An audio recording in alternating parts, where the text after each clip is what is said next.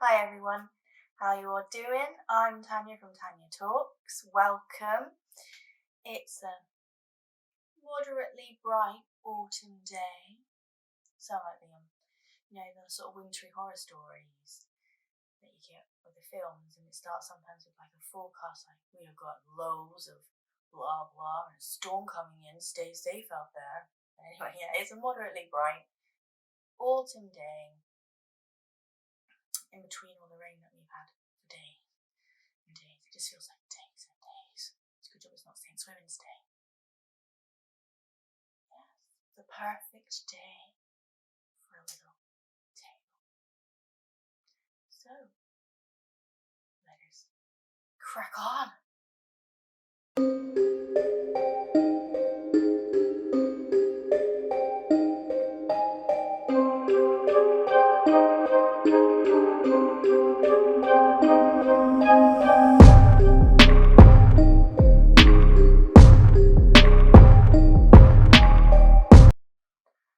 So, pretty much all of us know a fairy tale or two. We've read the books growing up, we've watched Disney bring them to life. There's probably hardly anyone on this world who doesn't know a fairy tale, or at least their own sort of culture's version of a fairy tale. We know that there are darker sides to the tales that Disney has showed us, and maybe some of the stories we've read. For instance, the ugly stepsisters in Cinderella. One of them cut off her toes, one of them cut off her heel to fit into the slipper.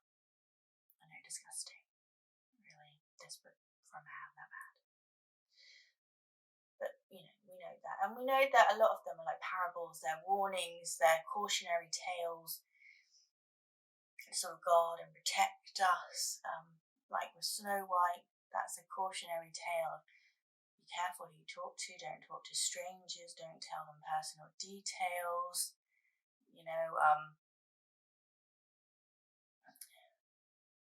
Be present in the moment and trust your instincts. Like, she knew that there was something wrong with her grandma. I mean, hopefully, but yeah. And it teaches you that, yeah, it's okay to question and to think something isn't right. And you have Beauty and the Beast, which on one hand is, and I don't like saying bad things about Beauty and the Beast because it's one of my favourites. I adore Beauty and the Beast. I don't know if it's because she's one of the only ones with like brown hair, dark eyes, loves books, all those things that I love. I think that's why I Belle is, back in the day now we have Moana and stuff, so we have different colours and we have the frog princess and everything. But back in my day, we didn't have so much diversity, and she was like me. She had dark hair and loved books and everything. And on, like I said, one hand, it's a good tale. I mean, you've got don't judge a book by a cover. You've got self-sacrifice. You've got self-strength. But then there's also a darker side to Beauty and the Beast, which is basically kidnap and Stockholm syndrome. And it's also self-sacrifice can be a good thing, but she's also self-sacrifice can be a bad thing, because in essence, to save her father, she's given up her dreams, her freedom, her hopes, any ambitions. So it's a mixed knife. But on the whole, we love them, they're grand. But did you know that there are dark truths behind a lot of our favourite tales? Not just grimmer sides that we haven't been told, but dark truths of where they come from. Take Snow White. Now, Snow White is based on the story, I need to look at my notes for this, I'm sorry, of Marguerite von Waldeck this name place. I probably can't pronounce it properly, but it is one of the best name places for a sort of tale that you could ever hope for. She was a Bavarian noble in the 16th century in a place called Bad Wildguggen. I'm sorry if I can't pronounce it again, I'll link it. I'll put a little thing up so you can tell me how to pronounce it. But a place that starts with bad. it's awesome. Anyway, her uncle, he had a copper mine, and as baddies do, he employed children to work in his copper mine. Now, these children were so malnourished and so badly deformed from all the hard work and being constantly in the mine that they had stunted growth and everything, and people referred to them as dwarfs.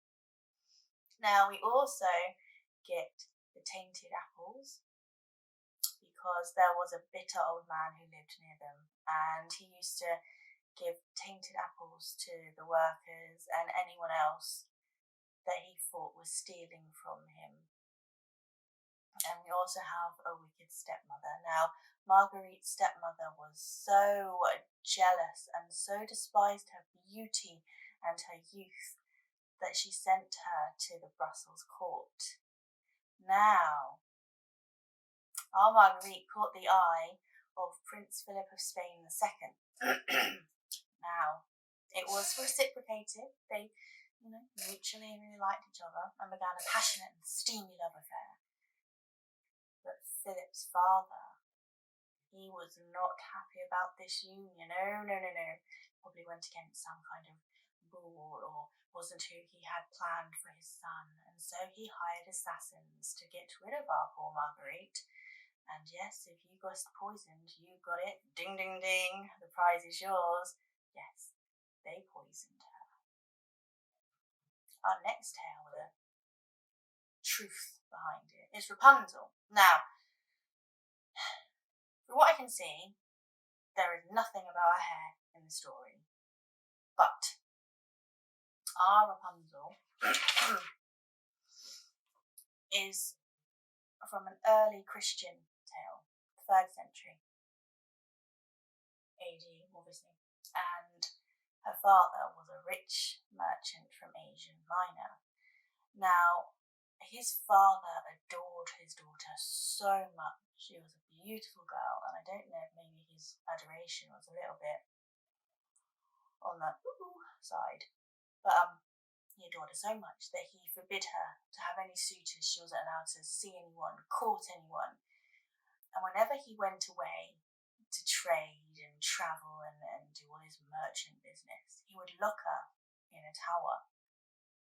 Now, this was when Rome ruled over pretty much everything. Christianity was a new thing, and our Rapunzel, she had the Christianity bug, something chronic. And when she was locked away, she would sing and she would pray to her Christian God in the tower so loudly that it would reverberate throughout the whole town. Now, obviously, this upset the non-Christian folk, and eventually word got back to her father. Now, when he heard of this, he dragged her straight to see the Roman consul, who basically said that if you cannot get your daughter to abandon these heathen, heretic Christian ways, you will either forfeit your money or you must behead her. Now, obviously, he didn't adore his daughter that much over his riches because she wouldn't convert back to non-Christianity, and he had her beheaded. But lo, not long after this, he too was killed. He was smited by a lightning bolt. See, this is what you get for killing your daughter.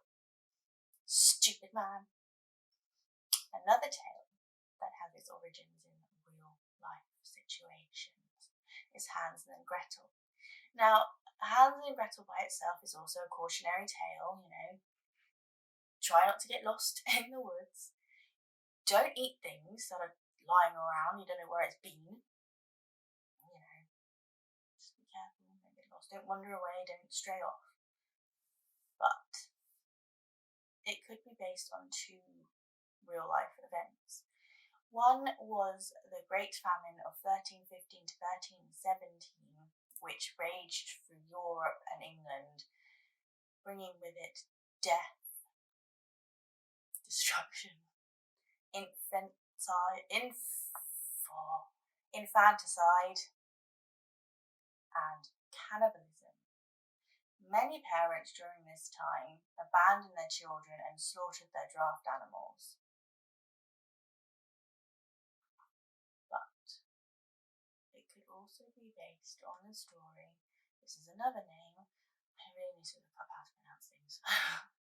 But yeah. On Katharina Sharafettin. I'm sorry, that's wrong. Again, I will write it up when I edit. You can tell me. And she was around in the 1600s, and she was a successful baker, had her own business, her baking goods were chef's kiss. And she developed a gingerbread recipe that was so delicious. It drove a male baker insanely jealous, and so he declared to the town that she was a witch, creating these delicious goods to lure people in, and obviously being a man, and she was a successful businesswoman, they believed him, and she was driven from her home. Now, you might think this was an end to it for poor Katharina, but no. An angry posse of her neighbours decided that being driven away wasn't enough for her, and that they tracked her down, dragged her back to her home, and if you guess what happened to her again, another ding ding ding, prize is yours. They burned her alive in her own oven. Fucking hell. I wonder if when they do it, these people look back, and when the mob mentality is broken, they suddenly think, whoa, what the hell did we just do? Or do they really think that they're so pious and righteous that it's fine? I just don't, yeah, it's beyond me. But anywho. Now, this next one I think is really interesting, and I would quite like to do a more in-depth one on him. So if you like this bit, maybe comment below for me and let me know if you'd be interested in one, because, yeah, there was some weird shit going on with this one. Now, this is the truth behind the Pied Piper of Hamelin, which I didn't even know there was a real thing. So yeah, news to me, and I find it fascinating. We will flip a minute anyway.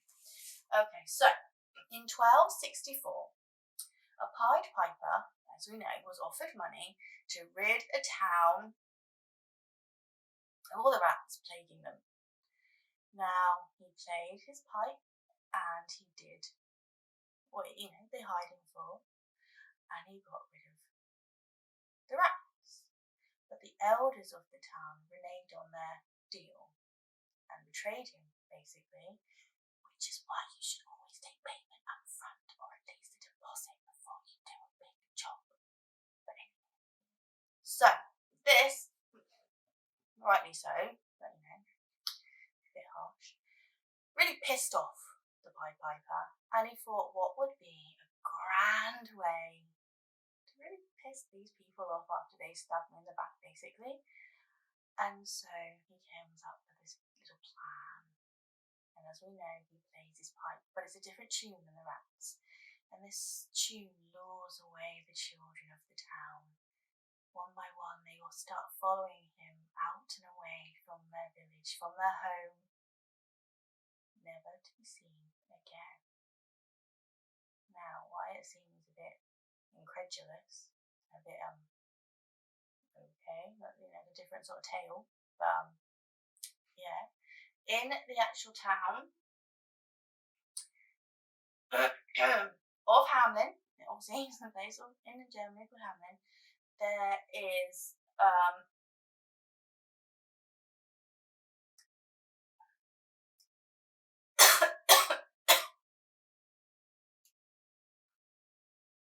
plaque that stands, and it tells you the tale. There is a stained glass window in their church which shows the Pied Piper leading away ghostly looking pale children. And in the town's actual record stated 1384, they lament it is 100 years since our children all left. Now, some say that the Pied Piper, he led the children off to join, I think it was a junior load of the Crusaders. It was a children's crusade because they believed that children could get the war in Jerusalem to end peacefully without maybe the bloodshed spill, and that the children would have this wonderful innocent power where they would be able to get to Jerusalem and stop the Crusades because they were meant to convert the Muslims peacefully to Christianity once they had magically made the sea part and they could all walk across. Now, obviously, this didn't happen. The children, not actual God. But hey. And so a lot of the poor children, they believed starved to death, hanging around waiting for this miracle to happen, which didn't happen. But there are other stories about what happened to the children in the Pied Piper tale, and I would love to go into it in more depth and really sort of hash it out and research it and do a video for you. So if you would like that, put a comment in below so I know and I'll do it. I might just do it anyway, but it'd be nice to know that you guys want to know, if you get me. But anyway, that's just a little inkling. There are lots of fairy tales that have got proper meanings to them. Can't remember the name. Little Corner, the boy in the corner. That one's got a real tale to it. So as much as we think that sometimes the darker descriptions of the tales are gross, the real life inspiration is a whole damn lot worse. The thing where truth is stranger than fiction. I hope you like this video and enjoy finding out about those dark truths. If you like more like this, or you want to just chat or see maybe the Pied Piper video, subscribe. If you like this, thumbs up, hit a ding-a-ling so you don't miss me. Oh, I beg your pardon. Kids and their germs bring home everything. But anyway, I hope you have a wonderful day. Stay safe. Enjoy the autumn sunshine. Hopefully it's dry and lovely where you are. Be good. If you can't be good, be careful. And I'll see you on the flip side. Bye!